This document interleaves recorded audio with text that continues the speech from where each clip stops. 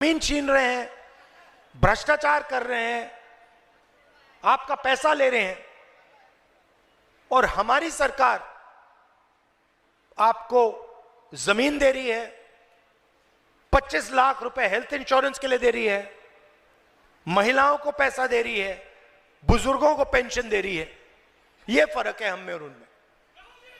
के डर से पार्टी छोड़कर भागे थे। हेमंत बिस्व शर्मा के ऊपर बड़े गंभीर भ्रष्टाचार के आरोप लगाए गए, साक्ष्यों और सबूतों के साथ लगाए गए। पवन खेड़ा जी ने कुछ आरोप लगाए, आप उन आरोपों का जवाब दीजिए।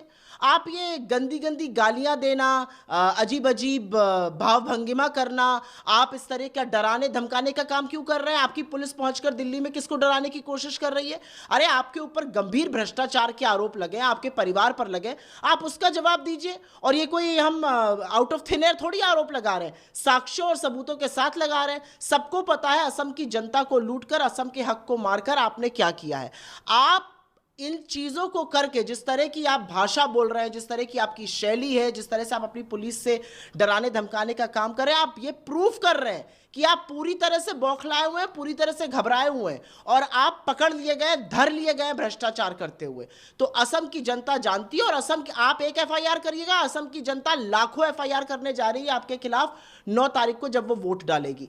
तो मेरा अपना मानना है, आपके ऊपर भ्रष्टाचार के गंभीर आरोप है, उन आरोपों पर क्लीन आइए। इधर उधर की ये बेकार की बकवास और जिस तरह की भावभंगिमा आप कर रहे हैं, ये एक मुख्यमंत्री को शोभा नहीं देती। लेकिन आपने गरिमा से कभी काम नहीं लिया, तो अब क्या लीजिएगा? अगर एफआईआर करते हैं, करने दो, उसको कोई डरता है?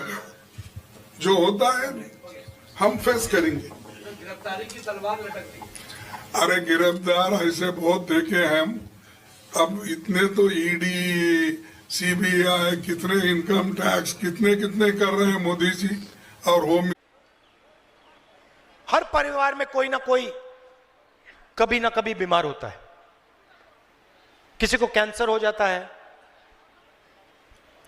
बच्चे को चोट लग जाती है, ऑपरेशन की जरूरत होती है, डायबिटीज, हार्ट डिजीज, ये अलग अलग चीजें हो जाती हैं। अमीर लोग प्राइवेट अस्पताल में चले जाते हैं, पैसा दे देते हैं, वापस आ जाते हैं, कोई प्रॉब्लम नहीं होती। जिनके पास इतना पैसा नहीं होता वो बर्बाद हो जाते, खत्म हो जाते। एक सर्जरी हो जाए गरीब व्यक्ति के घर में, लाखों रुपए का कर्जा हो जाता है, डूब जाते हैं, कर्ज में डूब जाते हैं। इसीलिए हम असम को एक नया हेल्थ इंश्योरेंस स्कीम देने जा रहे हैं।